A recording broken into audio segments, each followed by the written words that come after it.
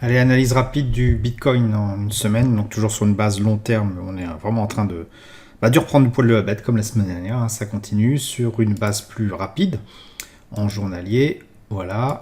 La hausse se confirme avec donc un RSI qui se maintient au-dessus de sa zone de neutralité et un stochastique au taquet à la hausse. Donc c'est très très haussier et intéressant à prendre en horizon de temps un peu plus rapide pour faire du swing trading. Vous connaissez ma position maintenant, moi, en termes fondamental.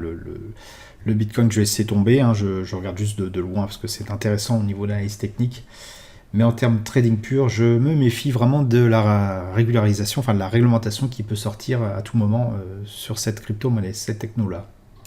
Sur le DAX, même analyse que la semaine dernière, on est toujours dans notre rectangle de latéralisation, même si on a quand même tendance à tenter de le percer par le haut. Donc toujours très haussier et en unité de temps plus rapide, on voit effectivement qu'on arrive en haut du canal, même en train de commencer sérieusement à le dépasser. Donc tout ceci est très bon signe. En descendant encore d'unité de temps, 2 heures, non peut-être pas 1 heure, en 1 heure, voilà, on voit on le voit déjà, le rectangle est cassé. Donc c'est clairement intéressant. On a le stochastique qui revient sur sa zone de neutralité, le RSI qui est haussier. Là, clairement, on va regarder dès ce soir, là on est dimanche, dès ce soir, plutôt quand même demain matin, voir ce qui se passe. En termes d'analyse fondamentale, la semaine prochaine, en termes de news, rien en particulier sur le DAX. Bon, par contre, quelques nouvelles quand même sur l'euro. Donc on se méfiera notamment mardi de ce qui pourrait se passer. Et puis bien sûr, le traditionnel mercredi avec les minutes du Fonds monétaire international, du FOMC, qui peuvent être perturbantes, mais bon, vu l'heure où ça se passe, je pense que pour le trading de court terme, il n'y aura pas d'impact.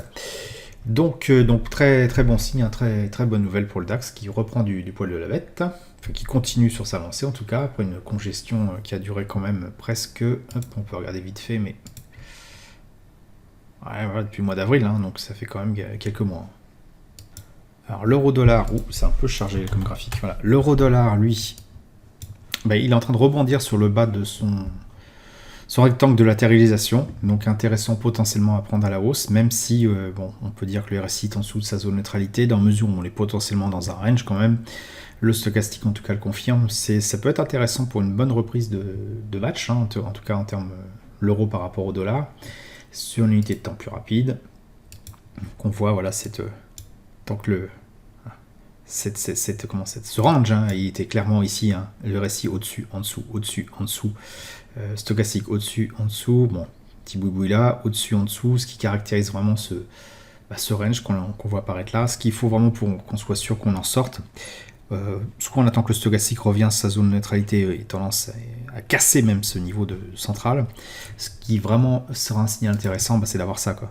Alors, voilà. Bon, désolé, tout s'affiche, mais voilà, d'avoir comme le RSI qui recasse sa zone de neutralité pour se dire, ça y est, on est vraiment resté dans le range et non pas, et on est en train d'en sortir, parce que franchement, quand on voit un RSI qui fait ça, qui rebondit sur sa zone de neutralité, le prix qui repart vers le bas, c'est quand même normalement plutôt signe qu'on va percer vers le bas. Donc on va attendre de voir ce qui se passe. Alors ce que j'avais dessiné d'une certaine manière, c'était pas mal. Moi j'avais envisagé plutôt effectivement un scénario comme ça. Ça rebondit, hop, c'est ce qui s'est passé.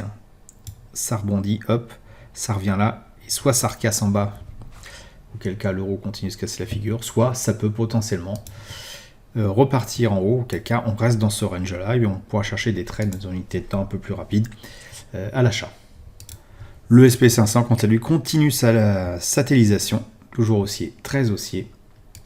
Et en unité de temps journalière, on n'a même plus de consolidation, on a de la latéralisation. Et là, on est en train de recasser le rectangle de tunnel à serpent de latéralisation par le haut. Donc, tout va bien pour le SP500. On voit quand même des niveaux qui sont relativement faibles en termes de volume, donc c'est un peu lié au mois d'août, c'est toujours ça le risque le mois d'août, donc on peut avoir des changements assez brutaux, alors peut-être pas la semaine prochaine mais dans 2 semaines, tout simplement parce que les opérateurs vont revenir sur les marchés et que peut-être qu'ils vont reprendre la main, pas forcément dans le sens qu'on est en train de voir actuellement. Voilà, j'espère que vous avez apprécié cette vidéo un petit peu plus rapide que les autres. Si c'est le cas, vous pouvez me laisser un pouce bleu pour m'encourager à continuer. Abonnez-vous à la chaîne YouTube et activez les notifications pour ne rater aucune nouvelle publication. Je vous dis merci et à bientôt sur le blog.